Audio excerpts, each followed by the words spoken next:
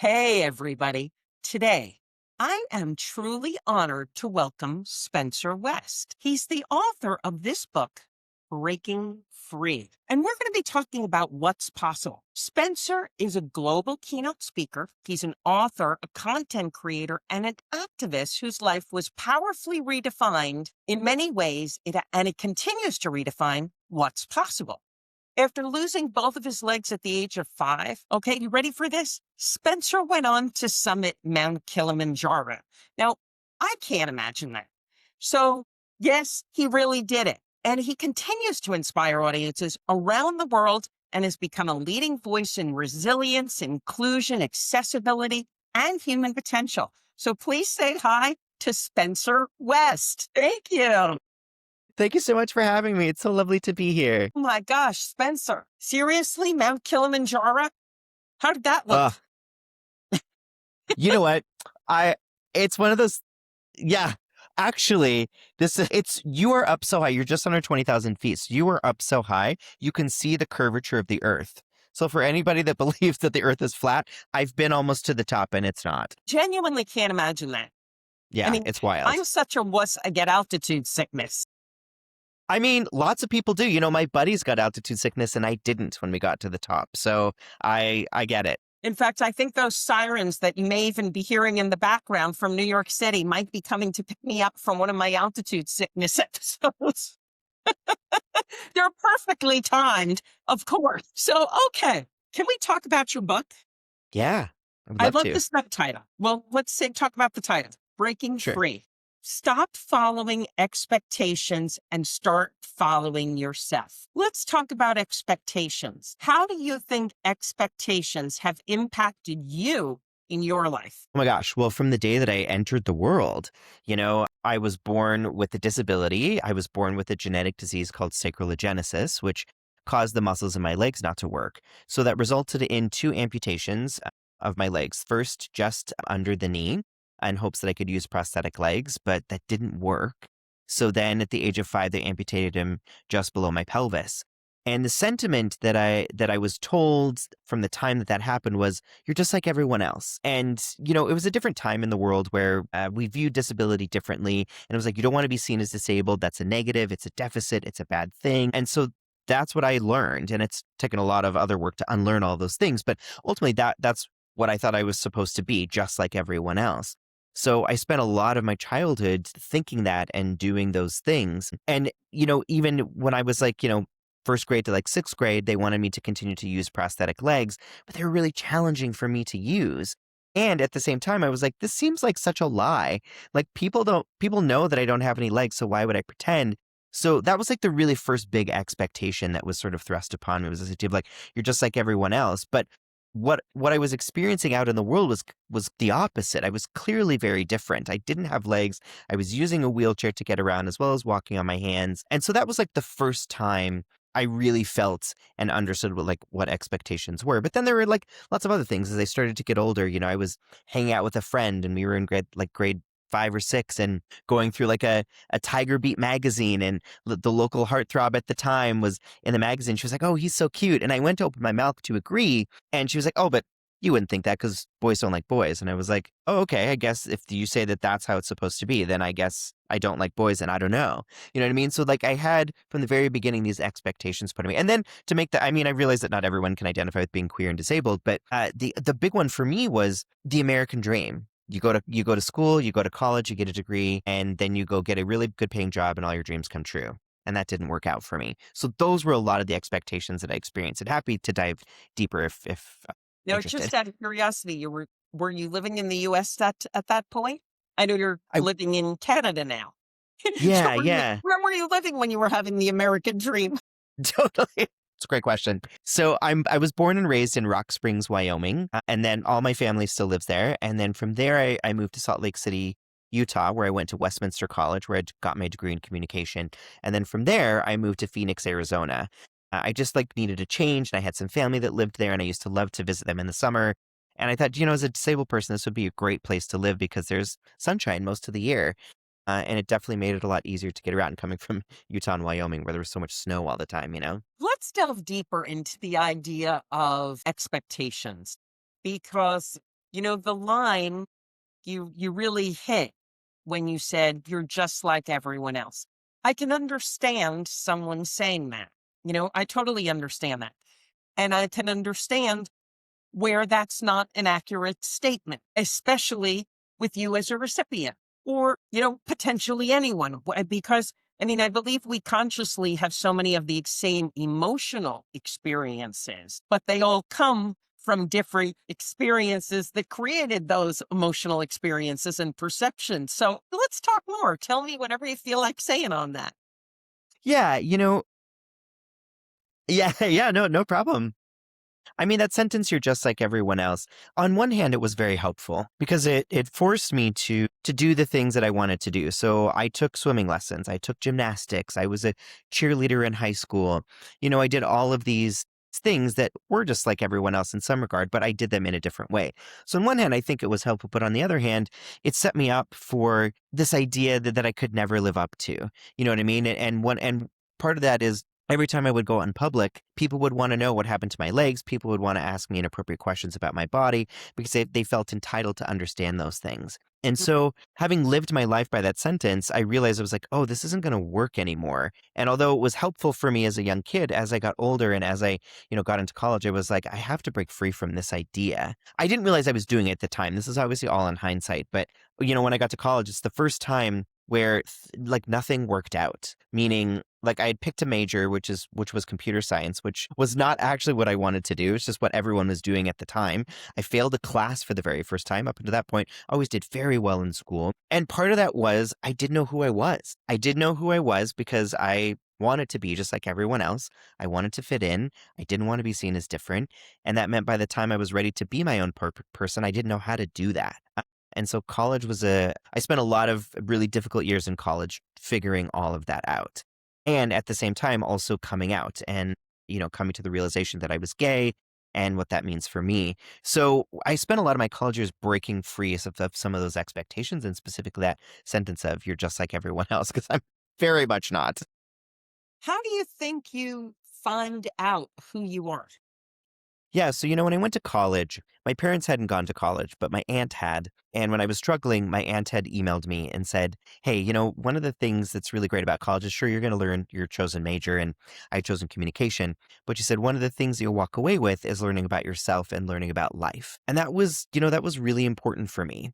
Again, college was the time that I really understood that, like, oh, homosexuality is a part of me. It's my identity. And I'd grown up in a community where it wasn't talked about. And this was in the late 90s, early 2000s. We didn't have a lot of examples on TV. Will Mhm, and Grace had just aired like their first season. Ellen DeGeneres had come out, but it went very wrong for her at the mhm. beginning. And so there was all of these things that said that type of person was bad or wrong. And so I didn't even realize it was an option until I realized that that's who I was. No, And it's so interesting because you obviously had a lot of physical challenges versus someone who has had legs. And then you go to college and it wasn't particularly an enjoyable experience, but you're discovering yourself during this period. So how, you know, you're getting hit with greater adversity and you're finding out who you are. That's an interesting point of how we discover ourselves. yeah, that's one of the things that I talk about in the book is this idea that like sometimes we have to figure out who we are somewhere else. For me that was college, and then years later it was a trip to East Africa where, a friend who knew that I'd been struggling with the direction of my life had said, why don't you come break up sort of the monotony of your day to day and see if that changes. Now, not everybody needs to like go to East Africa or like go to college to figure that out, but I think getting outside of your comfort zone is what really helped me figure some of those things out. When I went to college, I was 2.5 hours away from home. So it was far enough that I could be independent, but close enough that I could go home if I needed to. But I had to learn a lot of really important things, like what it was like to eat alone. You know what I mean? I was living in a dorm that wasn't accessible. So I didn't get to hang out with the freshmen. I was living with upperclassmen. And so I really had to learn a lot of these like things that we eventually learn as adults a bit sooner. But getting outside of your comfort zone is what I found typically helps me learn more about myself. It's interesting how you just tied being alone with getting to know yourself because spending time alone is something, I think it's why social media phrases like FOMO trend. The Mm. thought of being alone is terrifying to a lot of people. They're worried about what are they going to miss, or they just don't want to spend time with their own thoughts. So it's interesting you've just tied those two together, that that's actually how you learned most about yourself. Yeah, I think it's, what I found and what's, the crux of this book is that because of the expectations and of the world, I stopped listening to myself. I stopped listening to my heart. And when I got outside of my comfort zone and spent some time with just myself, I was able to hear those cries of my heart again and figure out like where to go next and what I wanted to do. Thus, part two of the subtitle. So it's not just breaking free, stop following expectations, it's and start following yourself. So let's talk about, what does following yourself look like? What are choices you make differently when you're following yourself? Yeah, as I was mentioning, I graduated college and I got out into the real world and I thought, great, I did the thing. I chased the dream that you told me I should dream. And now all of my personal dreams will come true because I did the thing you told me to do. And when I moved to Phoenix, I'd studied communication. Specifically, I wanted to do broadcast journalism and I couldn't get a job in my field. And I ended up working retail. I worked at Target for a bit and then I worked at Pottery Barn for a bit. And then I eventually landed a job answering phones at a salon and spa in Phoenix. And at the time, it was the largest salon and spa in the Southwest United States. And it gave me all the things that I wanted and needed. From the outside, I had the dream. But on the inside, I was like, I'm not connecting with this. But I'm making money. And my Mhm. best friend and I are renting this really cool house with a pool in the backyard. So like, I guess I have all my dreams. And so I fell into this trap of my own making, which is like a big crux of the book. And for 4 years, I just stayed in it because I was like, well, I need money to live and it's making me decent money. So I'll just stay here. But Well, after I can 4 years, imagine you being a very good receptionist at a salon or spa because you give very good email. I got your email. I'm like, wow, this is a really upbeat email. And that, notice that in a few words, I'm like, so looking forward to speaking. So if you weren't doing that, responding to appointments, and as people walked in the door, I can imagine those salon owners saying, oh, we can't let this guy leave. we gotta keep him. He's valuable to our business. I mean, eventually I did, climb their corporate ladder and became their one of their client operations directors. So I did stay there for a while and I did excel Yeah, at the job. It wasn't that I couldn't do the job. It was just I wasn't interested in it. You know what I right. mean? Exactly. And after 4 years of being miserable, and the people I worked with were really lovely, but after 4 years of being miserable, I needed something else, and that's when a friend of mine called and invited me to go on a volunteer trip to East Africa, and I went, and I fell in love with the scenery and the sunsets and the people, but everything changed when I had the opportunity to visit one of their schools, and the kids wanted to give me a tour of their school, and then they wanted to ask me questions about my life and my body. And after I shared everything, a young girl said to me that she didn't realize that something like this, meaning the loss of my legs, could also happen to white people too. And that phrase, it was the first time where I saw my disability differently. Up until that point, my disability is just something that happened to me. It wasn't a part of me necessarily. And when she said that, I thought, I think I've missed something here. And I found myself at the same time falling in love with this organization that I was volunteering with at the time. Unfortunately, they don't exist anymore. But at the time, I was like, wow, I'm finding myself asking questions I've never asked before. I'm finding myself being passionate about things I never thought I would care about before. And so when I came home, I was like, I can't go back to my normal life. It felt like an injustice to myself, and it felt like an injustice to what I had learned about what poverty looked like overseas and what international development was, and how I could use my story to not be inspiration porn for other people, another disabled person trying to inspire other people to feel better about their lives. I didn't want that. So I thought if I can use my story on behalf of this organization, then maybe I can make a difference in a different way. And so I applied for a job and started following my heart. I remember flying back from East Africa, and one of the people on our trip, I was like, what would it take to work here? And they're like, oh, you'd have to move to Toronto. And I was like, oh, okay. Like Spencer before that would have never thought about moving to a different country, but it just came out of my mouth so easily. And that was a sign for me of like, oh, I'm listening to what feels right for me. And so that Hmm. was that was really the first time where I started to follow my own instincts and listen to sort of the songs of my heart. and that's what brought me to Canada. And, I worked for that organization for 12 years and really enjoyed my time. And then, have moved on and started my own business. But that was the first time where I really started to follow myself. And that was just like listening to those little clues of what felt good, what brought me joy, what got me excited, and, where I wanted to learn more. Now let's talk about your own business now. Obviously, you write books and you have written a really good one. What Thank you. else is involved in your business day? Yeah, so on top of being a full-time motivational speaker and an author, I'm also a content creator. So I create content talking about the intersectionality of being gay and disabled and what that experience is like, a lot of the joy that comes with that, and then a lot of the barriers and difficult things that come with that as well. To give people a full picture of what that experience is like, in hopes to educate folks, to break down barriers and stereotypes, and specifically at a time now where we're watching globally, but also, in my home country, the United States, where there's a lot of division around what it's like to be queer and disabled, and giving people a proper picture of what that is and what that looks like, and trying to dispel some of those myths. I've been doing social media since its inception, since Instagram started.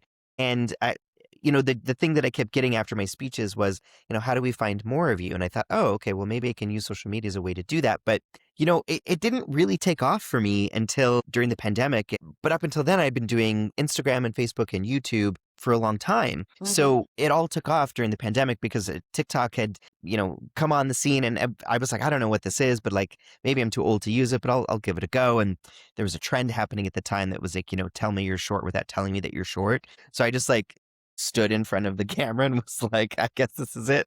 And that video took off. Like it got a lot of views. And then a week later, I did another video of me just like jumping around my apartment to a trending audio at the time. And that one exploded. Like I recently looked and I think it's got 267 million views. Like it's like bananas. Big. Yeah. And so then I started to amass this audience. Now I have 4 million followers on TikTok. I've had a ton on YouTube and Instagram as well. And I thought, okay, now that they're here, I have stuff to say, and I don't want this to just be me taking a photo with my coffee in the park in autumn, which that content is great, and that's me not knocking those people, but I can't authentically create that content. For me, there has to be a purpose to it, and there has to Mhm. be some sort of learning piece. So that's the other thing that I do with my job is not only do I teach through motivational speaking and as an author, but also through social media. It's interesting you say that because when I started blogging, there was divisiveness in politics and it was just getting nasty on all sides. Hmm. I can blame everybody if I wanted to look, roots of it. And I obviously my hair is pretty silver. So I called it silver disobedience as a play on words of civil disobedience. Can't we practice disagreeing and getting back to debate and having healthy conversations with totally different perspectives? And I've spent my whole life studying perception.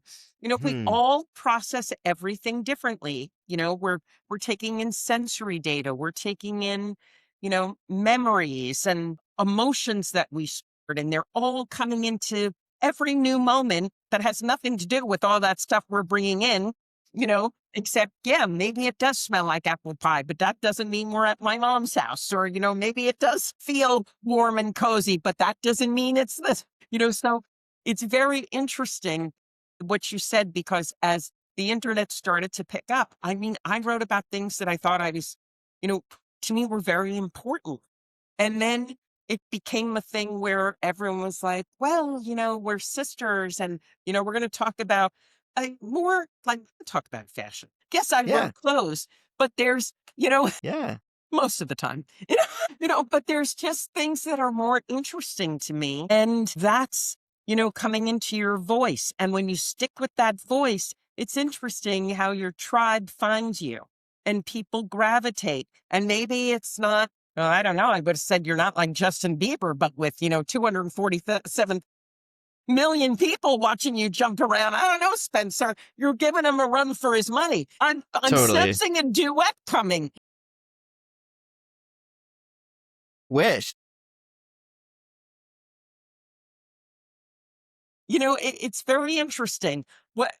How would you define your audience that gravitates towards you? I'm sure they're different, Yeah. TikTok versus Instagram, where you can, say more maybe or write more. But how would you define Totally. the differences and what you're finding on social media? Yeah, I think The people that are looking for or that consume my content are typically folks that are looking to better themselves, that are looking to evolve, that are looking to learn, that are looking to understand how do we, as you were talking, the whole crux of your podcast and what it is, I think it's this idea of like, how do we create value every day instead of like destroying things? And so I find the people that are consuming my content are those folks that are looking like, how can we make our community a little better? How can we make our own lives a little bit better? How can we help support the people around us that maybe are living in a system that isn't set up for them? And how do we fix that? How do we be the solution and not the problem? And Hmm. so I find that a lot of the folks that come to consume my content are those folks that are looking to just be good humans and be better in the world and to learn something, that aren't afraid to make mistakes and to get to know someone. Years ago, Harvey Milk, who was like a very well-known gay activist, was murdered in the 70s, but he encouraged a lot of people to come out because he said if more people had the safety to come out, it would be harder to hate us because we're your teachers, we're your brothers, we're your sisters, we're the people that run the butcher shop, we're the people that work at the grocery store, we're the people that do your taxes. And, Hmm. and it's harder to hate people that we know. And so I think those are the people that find my content, are those. You said multiple very interesting things, but one is you spoke about community and, think it's almost like a local way of thinking. Like, what can you do in your own backyard? When you talk about going to different places around the world, I remember one time I wanted to go to some school trip that I think was a couple of $1,000s. My parents had no money. And my mother was like, well, I'll take you to the local soup kitchen this weekend. I'm like, Mom, it's not the same. She goes, yeah, you're right. You'll save $2,000 and you'll help people in your own backyard. And you'll, really start to see immediate differences. But the other thing you said was, focusing in on not just the problem, but how can we create solutions? Because having run multiple businesses over my life, I used to say to people when they would start to tell me what was wrong, I'm like, listen, do you think I'm blind? I can see what's wrong. I know what's wrong. If you have a better way to do it, I'm all ears. I'll listen all day long to better ways to do it. I can suck up my ego. I need Totally. help here. That's why I hired you. Help me figure it Totally. out. You Totally. know? Totally. For me, that's sort of where Kilimanjaro came in. Yeah, tell me I'd about come from that. East Africa. Yeah, yeah. I'd come back from East Africa and it's now moved to Canada and was working for this not-for-profit and was having a very successful career and traveling 200 days out of the year. But my passion was starting to turn into ambition and ego. And I was like, oh, this doesn't feel right. And here I was on stage, telling people that you need to make a difference on the things that you care about by doing fundraisers or awareness campaigns. And I'd never done it. And I was Mhm. like, that doesn't seem fair for me to continue to tell folks to do that. So for me, when your passion, when pride and ambition are the only part of your passion, then it just becomes for your own self-serving. And I didn't want that. And I was also feeling bummed because I wasn't getting to spend time with my friends and family because I was traveling so much. So my career had literally taken over my entire life. And so I came with this wild idea, but my boss had said he'd climbed Kilimanjaro and was like, have you ever thought about doing that? And I was like, there's no way. Like, I have no desire to climb a mountain. But a week later, it was like, I want to do it. But if I do it, here's why.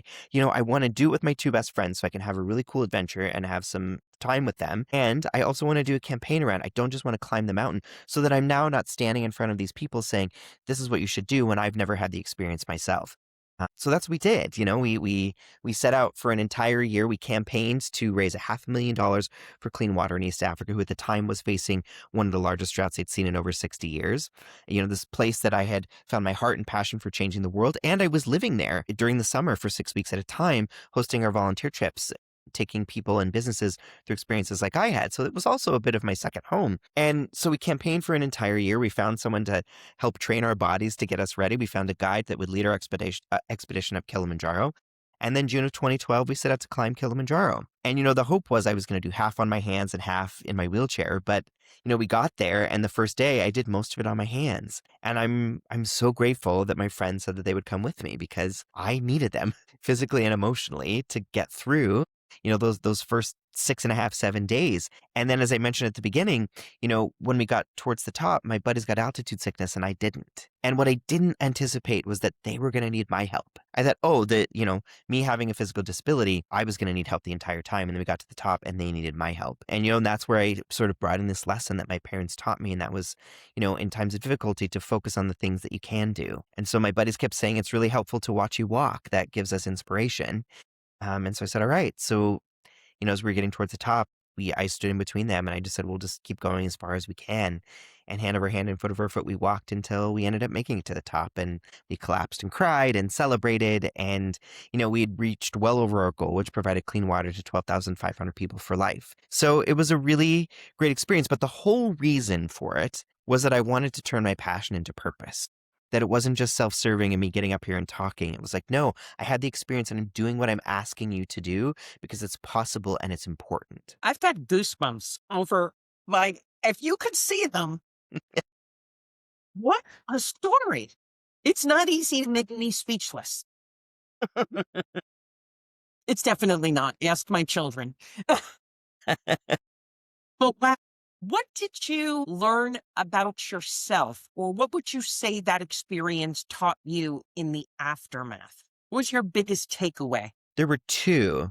The first one was, and this is what I talk about a lot in my speeches and a bit in the book too, is the importance of asking for help and how important that is for us as leaders to ask for help, and specifically as male leaders. I feel like, men in particular, I should clarify, heterosexual men in particular, have a really difficult time, it seems, asking for help because it requires vulnerability. And we live in a time where masculinity is being defined by not being vulnerable. And I think it's the complete opposite. I think having vulnerability is courageous and shows that, like, you're human and that we all sort of need help. So I think, for me, Kilimanjaro was this idea of like, oh, it's important to ask for help and it's important to offer it. The other thing that I learned, and this is sort of how I opened the book in the first chapter, is, I do a journal entry from when I was like on the plane flying to Kilimanjaro. For the first time, I was like, very calm. Up Mhm. until that point, I wasn't a very calm person. I felt I often had experience of anxiety and stress. Because of, having a physical disability, I'm constantly having to think 10 steps ahead of like, is this place going to be accessible? Is there going to be a bathroom that I can Mhm. use? All of those things. And then just figuring out life in general. And that was the first time where I was like, I listened to myself. I let go of the expectations and I'm now exactly where I'm supposed to be. And that calm contentment came in because I was doing what felt right, both physically, emotionally, spiritually. It was all happening and I was experiencing it in real time and it was being present to the idea that, oh, I'm listening to what I want to do. And I'm actually doing the thing that I want to do. Mhm. And so I'd gotten myself out of that own trap that I had created and built a life that was what I wanted and looked how I wanted it to look. And so Kilimanjaro was sort of the amalgamation of those things. And it's so interesting to me. You set a plan and you did it. I was recently talking with our daughter, who's in her mid-20s and has spent the last couple of years doing independent travel. She'd come home, work really hard, and then go someplace on a trip. And I admire it, because she figured out how to do it, and that's what we always used to say to her. You can figure this out. You can figure this out. But she said, Mom, there's this meme that's going around on the internet. And it's a bunch of girls like in an urban place like New York City or Toronto or LA. And they're all saying, let's go to Barcelona. Let's go to South Africa. Let's go to, Brazil. Let's go here. Let's go there. And then one of the girls says, okay, but, so come to my house tonight in Brooklyn and we'll work on the planning. And then the next scene is, wait a second, how do you get to Brooklyn? I don't know how to get to Brooklyn. And it's it really made me laugh because it's really true.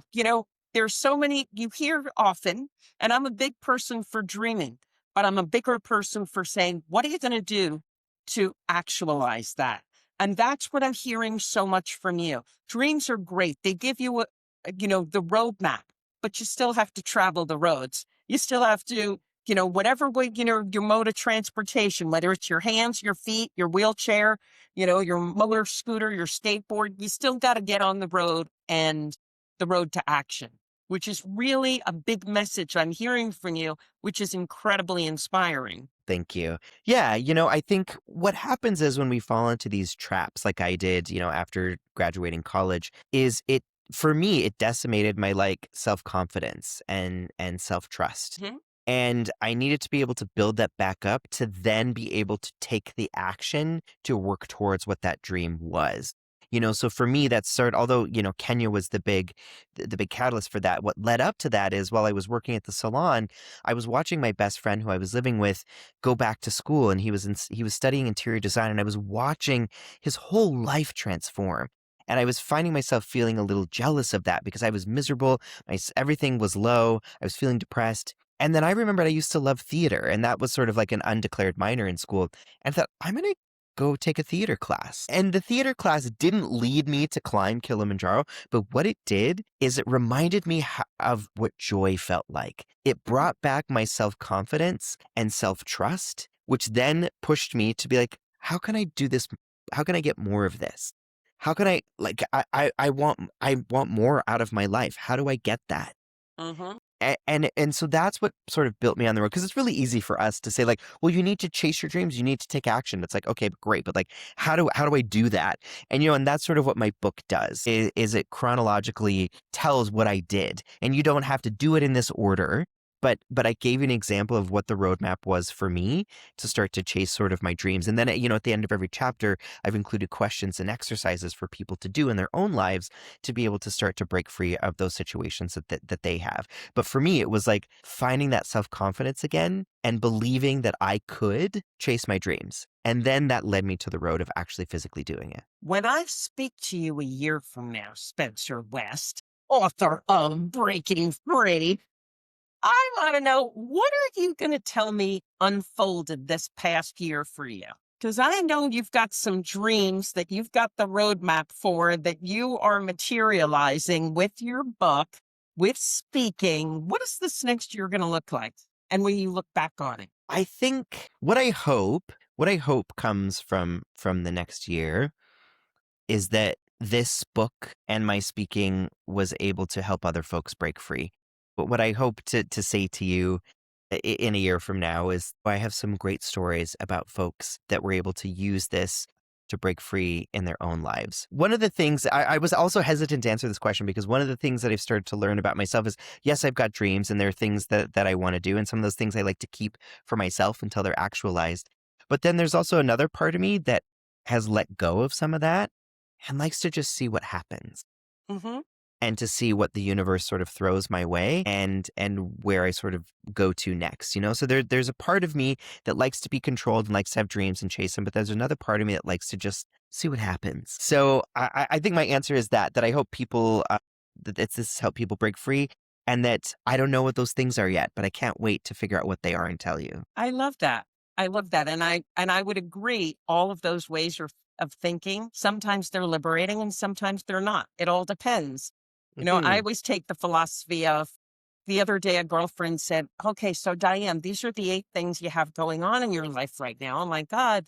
And she said, well, how do you prioritize it? What's your number one priority? I'm like, all of them. You know, I have to choose. Totally, I have to just keep pushing it all forward. Who am I to totally. say which one's going to be That's right. better for me? I don't know. If I get this new idea, I have to try it. It's kind of like how this podcast unfolded. Who knew I was going to, it was going to grow to the size it has. But it's Yeah. like every time I got to talk to someone like Spencer West, I said, this is so cool. When do you get to just talk to someone you'd never met, learn about them?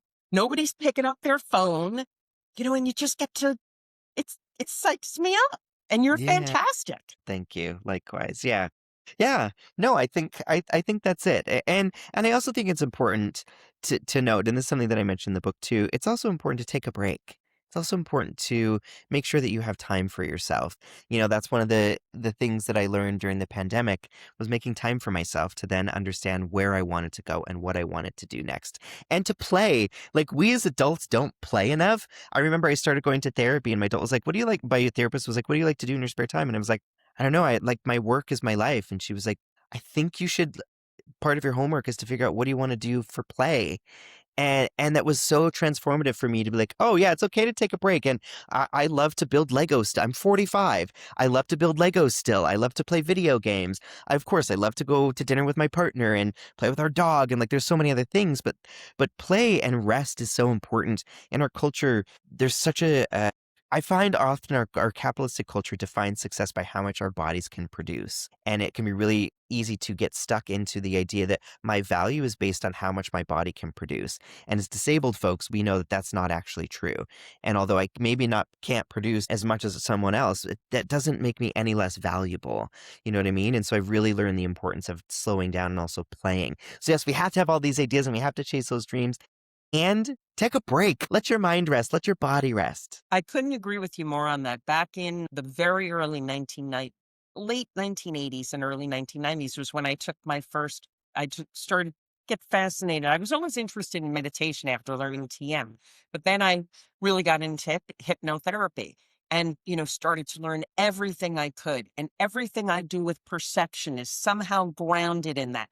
And it truly built you know, lucky for me, a really good career that, I Hmm. was able to build and Yeah.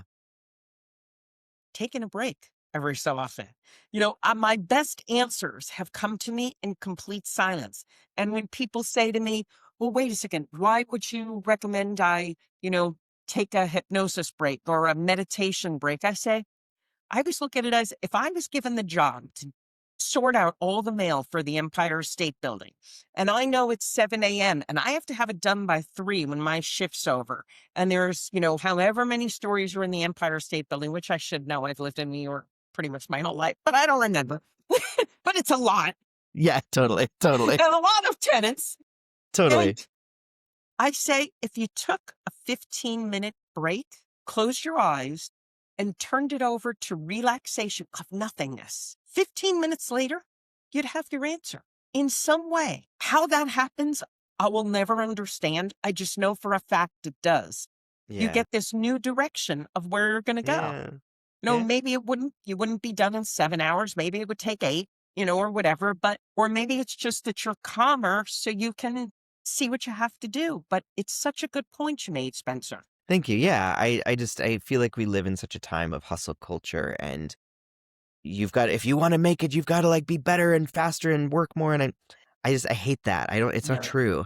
And I don't want people to fall into that trap, you know? Yeah. I'm a big fan of the Zen expression, do less, accomplish more. That's right. And that Yeah, doesn't mean that's do good. nothing. It That's just right. means when you take that break. I have been speaking with Spencer West. He's the author of Breaking Free, Stop Following Expectations and Start Following Yourself. Now, there are going to be all kinds of links to get this book, to follow Spencer on his TikTok, his Instagram, because let me tell you, he's got some seriously good videos out there. He's got a very big community that only seems to be growing more enthusiastic about Spencer, his motivation, his inspiration, himself. And that's what it gets down to. He's found himself and he's showcasing it and living it and sharing it.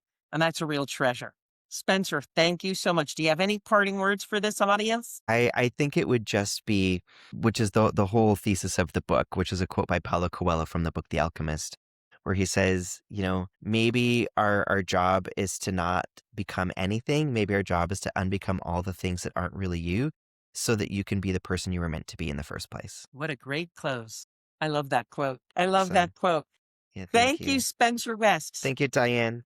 Spencer and I are moving over to the green room. I want you to follow all his links that are below this episode, and you can find them easily. And subscribe to the show and share this with your friends. And I look forward to seeing you next time.